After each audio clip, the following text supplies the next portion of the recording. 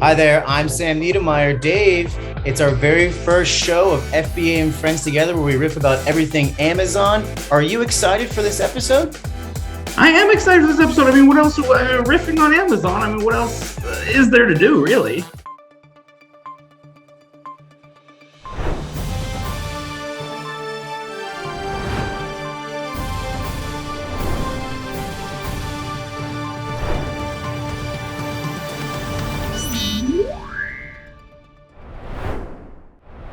Amazon just recently announced when Prime Day is, July 12th through 13th.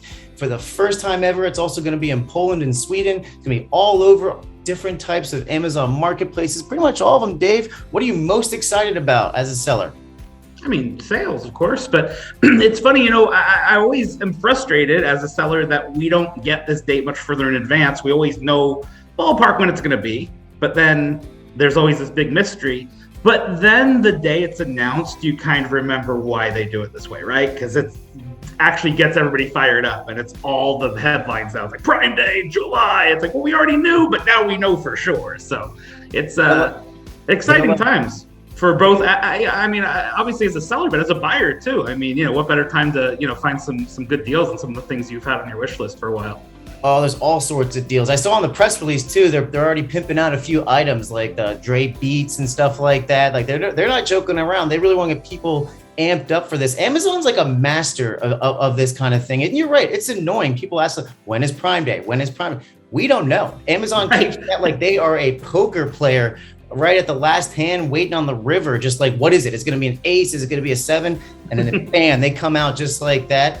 It's always an ace when it's Amazon. It's always an ace, right? And what is like 2 things, 3 things right now, if you're a seller, right? Like, what is it you need to focus on right now as we're about, less than a month away?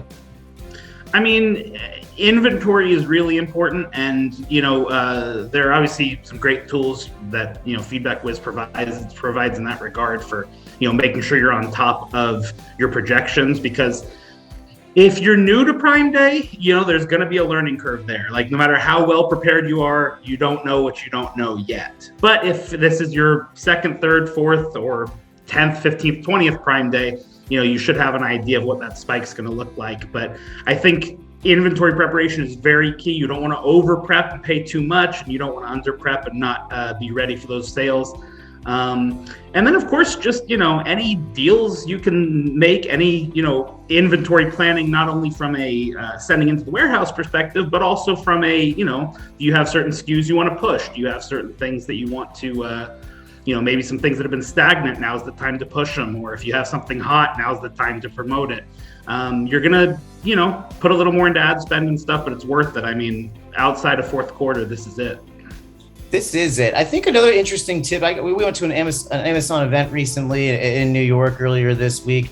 One idea that was really cool that I found out about is there's actually a couple brand owners that are going to be doing kind of a reverse, and maybe this is like a well-known secret, an open, well-known secret, but your lowest selling products, right? If you're like stocked up on inventory on that, push those to a lower rate, right? Get those out of there. Don't worry about lowering the prices of like your higher best-selling products.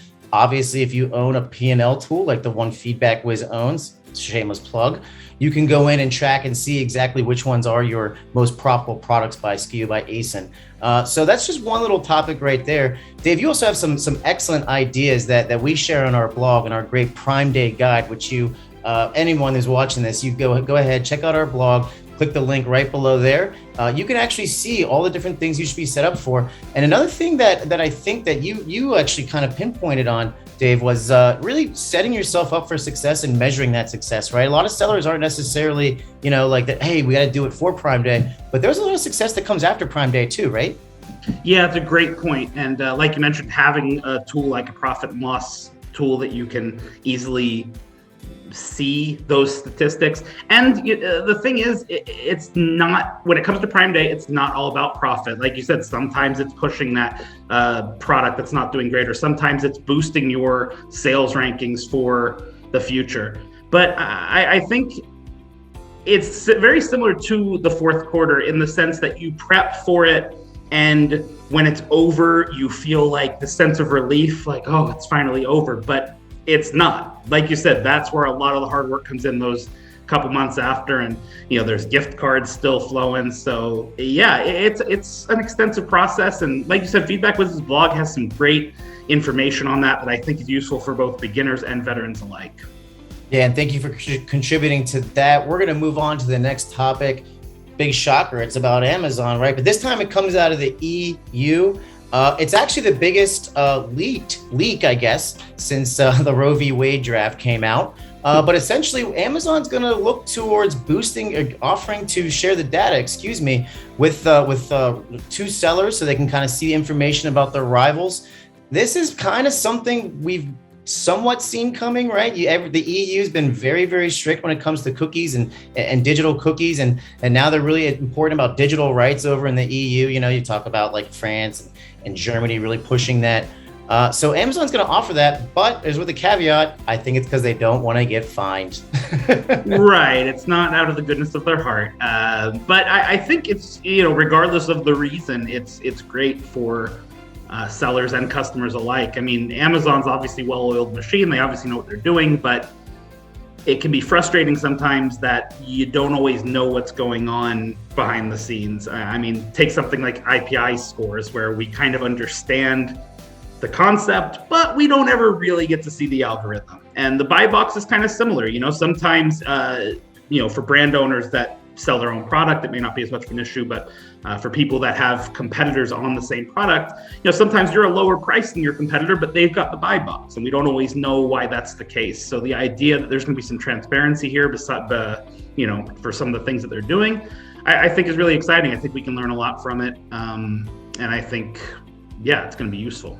Transparency is the key, right? Like you said it right there. Transparency is the absolute key, and you can see there's been a lot of buzz, unless you've been under a rock the last couple of years. There's been a lot of buzz in our Congress as well, a lot of push for legislation to share the data and to make sure that, like you said, for instance, like how do we know, like we lost the buy box, right? Like you get an alert from the product monitoring tool that you're using, hopefully it's FeedbackWhiz, but you get an alert that's saying like, hey, you lost the buy box, but you don't know why. And Amazon doesn't share that. So hopefully some of those things can come over and make their way into the Amazon market, the US marketplace. And I think it's going to make some of these tools stronger as well, because, we can only go on what we know. And I know it's the same thing when it comes to FeedbackWhiz tools or whatever tool you're using. It can only be built on the information available. So the more information becomes available, the more that can be built into the algorithm of these tools. And, it just gives sellers an advantage. So it's exciting, but it will be interesting to see how much they reveal and how much they can get away with keeping behind the curtain. Yeah, I think so too. So we're gonna be sitting on pins and needles, and we'll always tweak our product and go out through future products and future releases. I still think we're probably a few years away from the US Amazon or the US legislation, I should say, coming in to tell Amazon to do that. What do you think? I mean, I'm not counting on the U.S. government to do anything of the sort. But I do think there's still things we can learn from what happens over there, because a lot of it is going to carry over as far as general concepts and algorithms and stuff. So it should still be interesting, even if it's not directly applicable to the United States. Yeah, we'll be tracking that story. So stay tuned to that. There's lots more information to come out. Again, this is just what sources say. It's leaked, but it's very interesting to see that what might be transpiring over in the EU. And for all our EU customers, we'll be sure to share that information. But speaking of legislation, Dave, funny story. Amazon's VP recently put out a note to sellers to oppose some of the antitrust legislation coming out. And they really wanted sellers to sign a petition. You can read that down right on our blog. You can read about all of the information that Amazon, I believe it was the VP Dharmesh Mehta, if I get that name correctly. He didn't necessarily get the reaction he wanted from some of the sellers, and I'm laughing really hard. Like, shed some light on that, Dave. What do you think when you read it? And is he right? Are the sellers right? Like, what's going on there? I mean, the funny thing is, Amazon, I think as sellers and as customers, we all appreciate the service that Amazon provides, right? And I mean, as a seller, you appreciate that your business without Amazon would be a completely different thing. The logistics and obviously the scope, the customers you can reach. There's a reason why you're willing to play in their sandbox and play by their rules. However, you also appreciate that Amazon, again, isn't doing it out of the kindness of their heart. They have third-party sellers because they make a ton of money on third-party sellers, and when they're always raising fees and they're always changing things for their benefit. You don't, when you see those fee updates every year, it's usually not, hey, we're going to cut you guys some slack and your FBA fees are down across the board. You don't see that sort of thing. So the idea that I feel like there was a little bit of a miscommunication or whatever you want to call it, that the VP thought, hey, we're all friends here, me and the Amazon sellers, and we're all on the same page. They're definitely going to rally behind my cause. I think they want us to be even more powerful and to have even more control over them. This is awesome. Like, this is going to be great. A little bit of a disconnect there, thinking that, everybody was on the same page with Amazon. When, like I said, I think it's more of a, we all just kind of put up with it as opposed to, yeah. One of the best responses, Darvish, somebody wrote on here on the forum, does Darvish even know the forums exist? Like, how could you put this letter out there, like knowing that, hey, you guys aren't, like we just talked about, you're losing the buy box loss, or you're losing the buy box, right? Why? No, we don't know that. Sometimes you can't even get Amazon seller support to answer your emails. And it seems like customer service just kind of switches every 6 months. We can't get the same people over and over again. We have a very good relationship with Amazon, but sometimes it's like, yo, are you guys even like listening to anyone? It's the inconsistency, right? Because sometimes you get somebody super helpful and you get all your problems taken care of right away. And then other times, yeah, you're just completely trapped. But again, this idea that, hey, we're all on the same team, right? Yeah, give us more opportunities to make things confusing for you. It was not well received for good reason. Valiant effort, but I do think that it missed the mark. And this is a perfect example of of just like bad messaging, right? Like not understanding who your customers are here. And the customers are the sellers in this situation. Right. They're not Amazon customers. They're Amazon sellers. I love that. I'm gonna read one of the answers. I think this is like sums it up great, right? This is on the forum, user ACM, and you guys, we'll post the forums on there. You can read it. There's responses to, Darmish puts out there something like the American Innovation and Choice Online Act could jeopardize Amazon's ability to operate a marketplace service. And this response sums it up. Oh no, you mean the Senate is going to break up the Amazon monopoly and I'm going to be able to sell on my own website again? Like back in the days before Amazon ate the online world? How horrible. Oh, the humanity. Yeah, exactly. But the VP was like, guys, you don't want this. You don't want this freedom. You don't want this market share. Come on, rally behind the team. It's like, is the team mega corporation Amazon? I don't know if I'm on the team. I haven't felt like part of the team in a while. Yeah, I don't. Let me check my bank account. No, I'm not getting the team paycheck. This is weird. Oh man, it's great, guys. Go ahead and read the forums. We're gonna move on. Yeah, the comments really are worth the price of admission. It's just gold. But speaking of funny, another story coming out West Coast in California. Amazon delivery drones, I should say, are becoming a reality in a California town. And on a blog post on Monday, Amazon said, quote, "We are working with the Federal Aviation Administration and local officials in Lockford," that's Lockford, California, "to obtain permission to conduct these deliveries and will continue with that collaboration into the future." Well, I don't really necessarily want to get into the legalities or anything like that of drone delivery. I kind of get like Terminator 2 Judgment Day type of vibes immediately when I think of drone, right? But what stands out to you about that, Dave? Are you expecting some of your products to be delivered by a drone?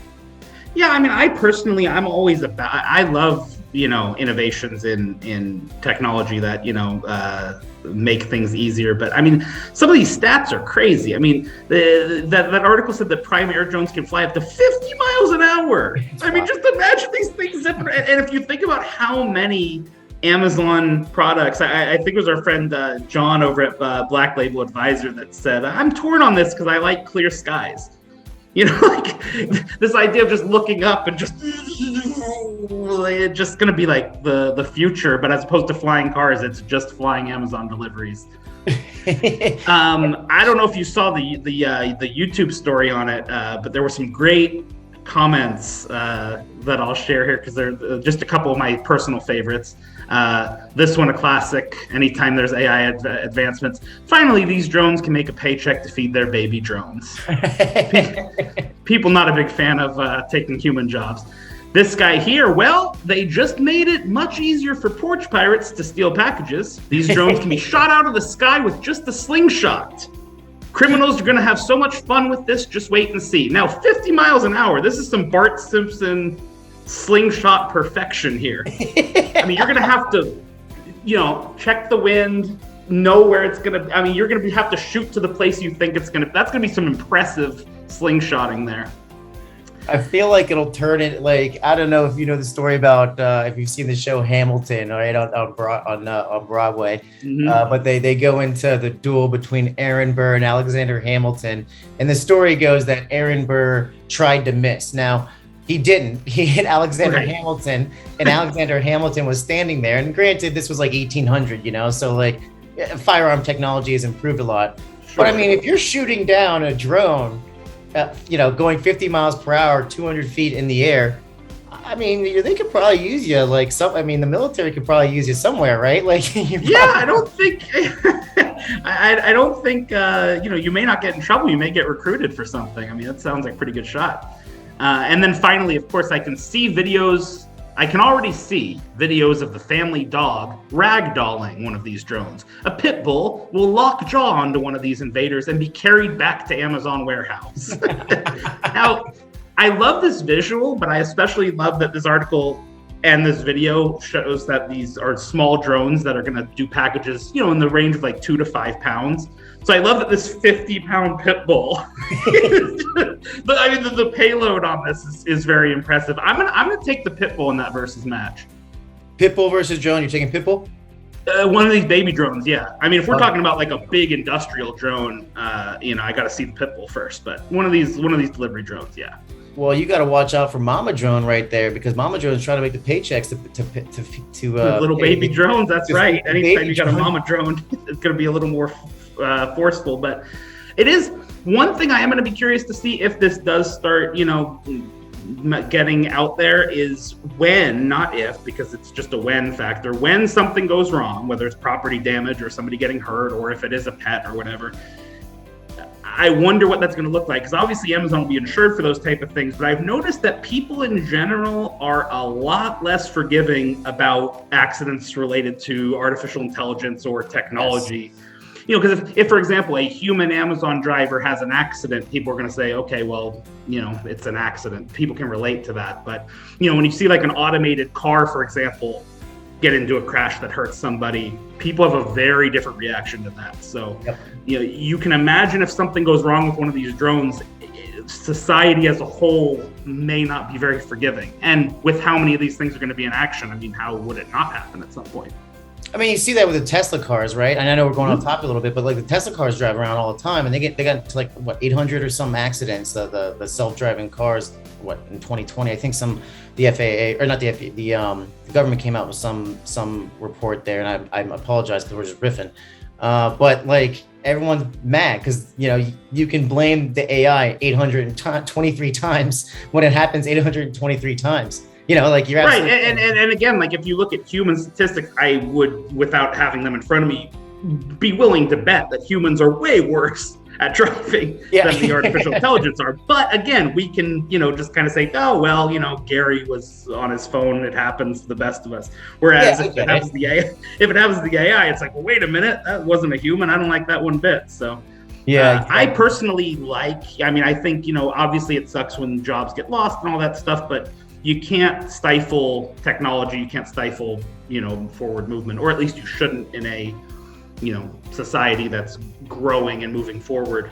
So I like the idea. I think if you can do it efficiently and safely, go for it. But there's going to be some very interesting, legal, ethical complications all over the place. So it'll be interesting to see how this goes in this, small city here in California. And from a final question here on that, right? From a 3P standpoint, from a private label, seller, or even like a reseller, right? Like just as an Amazon seller, because you raised a really good point. It's not if, it's when. So when this actually does come out and they do this full time, they're delivering in drones. When will they start offering that to Amazon sellers? And here's a caveat: what type of fee will be associated with that? Right, that's an interesting point. I don't know if it's going to just be, because for example, like Prime shipping, a lot of it is down to 1 day, and that's just the new normal. So I wonder if drone delivery will become a new normal, or if that will become, like you said, a premium charge that maybe you can't afford to be without because other people are zapping their products all over the place, and you're still a dinosaur driving around in a day or two. So yeah, that's a lot of stuff to look ahead to, but fortunately we're not there yet, so we can rest easy for now. I'm thinking like 2023, we'll get effective April 15th, 2023, a new drone tax will be applied to Amazon sellers. Like what? This is not negotiable. So figure it out. Yeah. There you go. So, all right, let's move on. Final topic. Really interesting article came out on Forbes earlier this week, actually probably about 7 or 8 days ago now, called "Returning Something Weird You Bought Online, the Employee is Judging You." Now, this article goes into all sorts of information based off of returns, and they compare e-commerce returns and reimbursements and how that transpires over into Amazon. And some of the key highlights were online purchases are much more likely to be returned than items bought in a store. 1 in 5 e-commerce orders were sent back last year. This is a report from 2021, according to the National Retail Federation. Number 2, this is just an example. At one Whole Foods store, a customer service supervisor said they had to physically break items in order to fit them into boxes. And that hurts. That does hurt. And Whole Foods is owned by Amazon, Yep. And just another example of how people are kind of gaming the system. But Amazon built this system for customers, right? Like tourists, when they will return strollers, car seats, wheelchairs, whatever, after they've served their purpose at places like in Florida, like Disney World, for instance. Really interesting take. Well, if you guys want to read it, check it out. It's in the comments below. But what are some of the other takeaways, Dave, that you got from this? Like, what is something that you think about when you read this? Like these numbers are a little kind of like Amazon's return rates are like 5 or 6 times more than on like eBay. What's going on there? Yeah, I mean, it's just part of the nature of the beast with Amazon. I think the best way to look at it as a seller, as a necessary evil, is just that while it's obviously it sucks to have so many returns, on the flip side, it's part of what gives customers such a willingness to try private label brands and things that they may not have heard of or had comfort with before, because they know how easy the return policy is. So it's a double-edged sword. It's good to have, but it sucks to read something like your products are being broken down, like when they might have still been fine.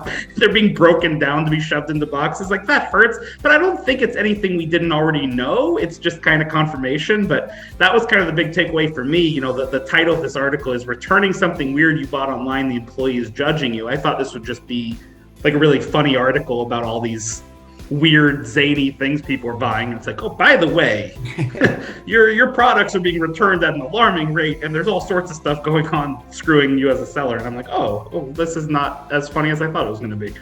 I kind of like, I used to be the hardcore customer on Amazon, right? And now that I'm kind of in the seller software provider space, you're a seller now. I'm meeting all sorts of our customers, right? Like I'm empathizing more and more and understanding the struggles that sellers go through, right?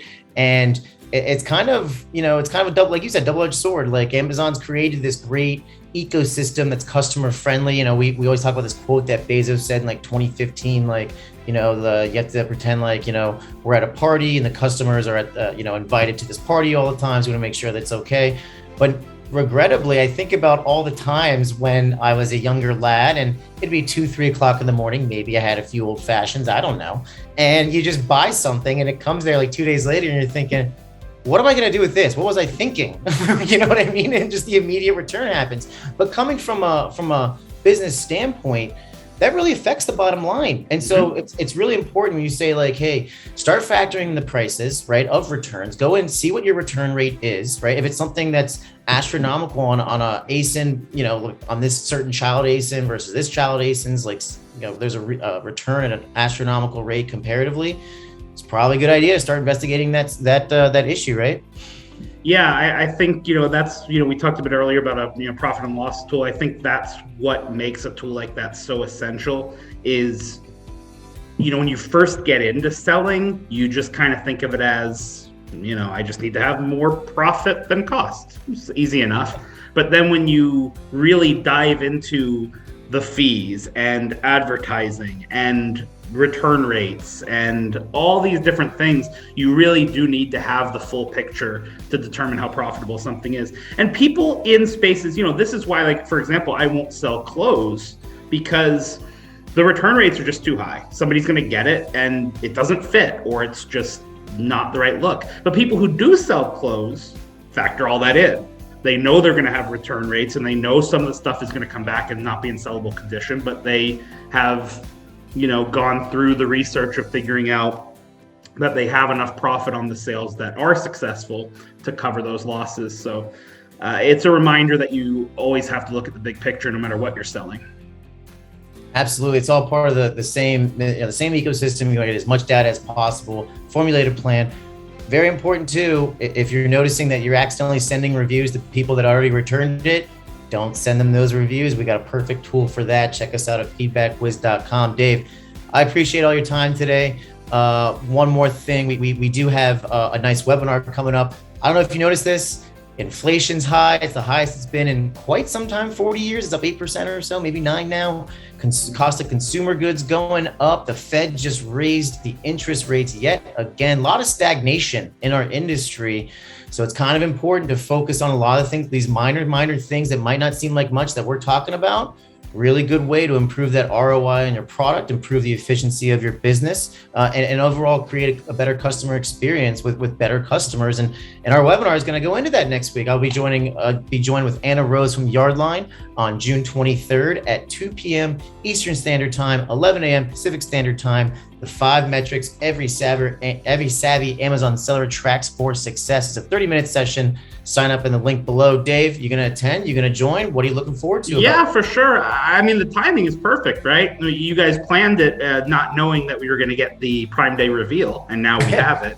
But we did, you know, we figured it was going to be, you know, July, of course. But yeah, the timing's perfect. I just feel like, you know, everybody should be gearing up for Prime Day, and then fourth quarter is going to be here before you know it. I can't believe half of this year is almost gone already. It just is insane how time flies. So I think getting this information in your mind, thinking about these things ahead of the fourth quarter and ahead of Prime Day are going to be really important. And now more than ever, you know, Amazon has had so much success, you know, during the pandemic, it grew so much, but the competition has skyrocketed too. And all these, you know, fees and rates have gone up too. So the smallest margins and the smallest numbers can come down to the difference between having a successful business or a stagnant business, or a stagnant business and a business that isn't even worth running. You know, it's sometimes just the tiniest margins. It's not as obvious as it would originally seem. So